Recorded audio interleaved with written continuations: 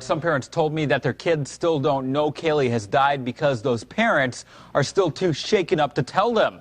Others are looking to counseling for their kids. Everyone I spoke to is still grieving at the loss of the 11-year-old who loved to whistle. We are on North Shore Road between Echo Bay and Overton, and you can see here that authorities have this entire road blocked off. We went over some of the safety features that were added to this area. For example, take a look here. Now there's warning lights, so when you press this, you can see that these lights give cars an indication that someone is crossing the street. We spoke to the mother of one of the victims. She says that alcohol played a role in this crash that took place right here in this open desert. Good evening, Jessica. That is what they say, but change could only happen if the teachers union agrees to it. You're walking out the door with this guy. You guys are walking where? Look at this abandoned car, these abandoned shopping carts. Parents say this incident happened right behind these doors here at Wilhelm Elementary School in a 4th grade classroom. He's helped design hundreds of stamps in the past, and get this, he says something like this has happened before. There are two things to consider. First of all, we've got to talk about the time of morning where this happened. It was dark just like this, and it actually happened right around here according to witnesses.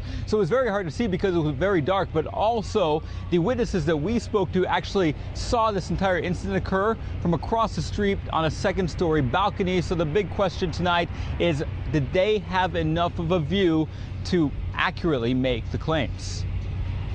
Well, you're saying this happened right here where we stand? Right. The vehicle was about right here. Right. And there was probably 4 cop cars, a K-9 unit. To get a better understanding of what happened early Saturday morning, we asked Barry Sandroff to go over every detail of what he saw when police encountered this alleged car thief who wouldn't give up.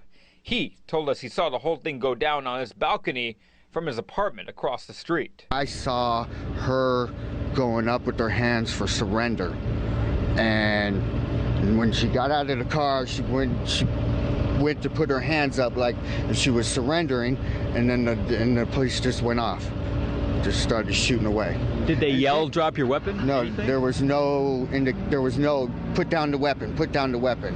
As soon as she took her 2nd step out of the vehicle, they just started firing. But police tell an entirely different story. In this release to the media, they describe the entire scenario as beginning with a 911 call where a caller reported a car stolen by someone the caller knew. Police say when they encountered the alleged thief, she barricaded herself in the car and would not obey commands to come out. Police responding by calling in SWAT and crisis negotiators to try to defuse the situation, but it was only after she pointed a gun at officers that 5 of them fired, killing her. Another woman spoke to News 3 even earlier in the day. She said the woman never reached for a weapon. You could see that her hands were still on her head as she was exiting out of the car.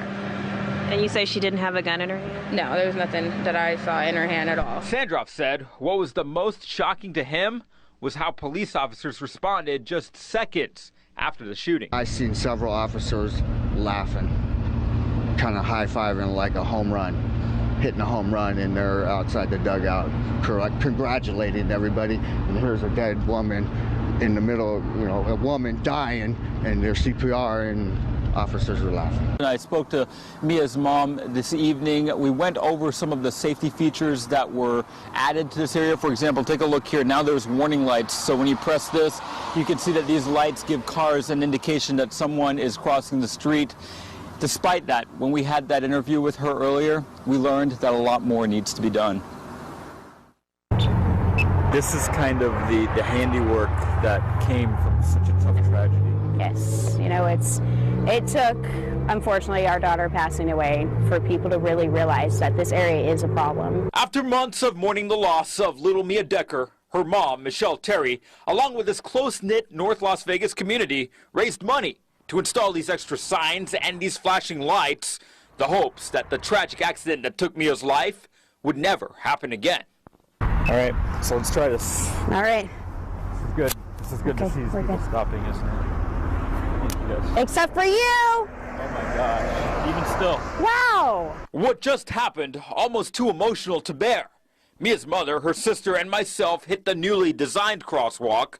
We began crossing, and in the exact same lane and fashion as her little daughter got hit and killed, a truck sped past 3 other stopped cars. If we had been just feet ahead, we would have been hit. Am I right? Isn't that the same lane where she ran? What we just saw was almost the exact scenario. It was the same lane. Yep. Yeah. And I've had this very, very often. This has happened over here to me. Yeah. And usually it's the same lane, and that's the part that scares me. Yeah, because the people on the other side stopped, just like they did with your daughter, and that one person just kept going. So while there could be anger, frustration, or even rage, instead, there was just this heart-clenching, somber sadness. Because on the day when Mia Decker's legacy was remembered with steps towards caution, front and center, we saw there is still much more work ahead.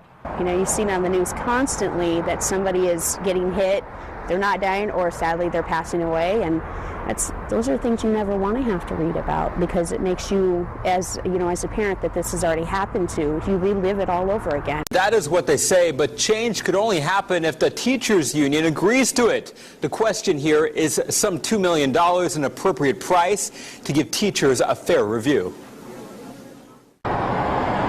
Just about a week ago, we met both of these families who say it was not administrators, but their kids who told them a substitute teacher had harassed them in class. I saw him pull my friend around by the skin on the neck. More than a week later, those parents got this letter saying the sub wouldn't teach at the school again. But they were still mad because they say the school's response took too long. So we asked CCSD why the delay. Whenever you're being entrusted with a parent's most precious resource, their children, every minute is going to count. With that being said, we owe it to our employees to thoroughly investigate any situation. So we asked the even deeper questions and learned from CCSD that it's part of a teacher's contract negotiated by their union to bring in an arbitrator when something serious goes wrong. And so even if something is incredibly egregious, we only have the power to recommend that they be dismissed. Amanda Fulkerson with the district says there are usually 300 to 400 reviews going on at any given time. Many of the teachers out of the classroom, but still getting a paycheck through the process. It's one that school leaders say costs taxpayers millions. It's safe to say that it's not the best use of our funds, and we are moving forward, looking at better ways to hire and retain the talent that works with our students. Ruben Murillo, who's the president of our local teachers union, points out teachers with criminal cases against them usually do not get paid as part of the negotiated rules.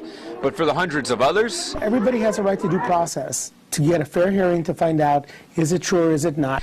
Murillo says many accusations turn out to be false, justifying the need for the type of arbitration.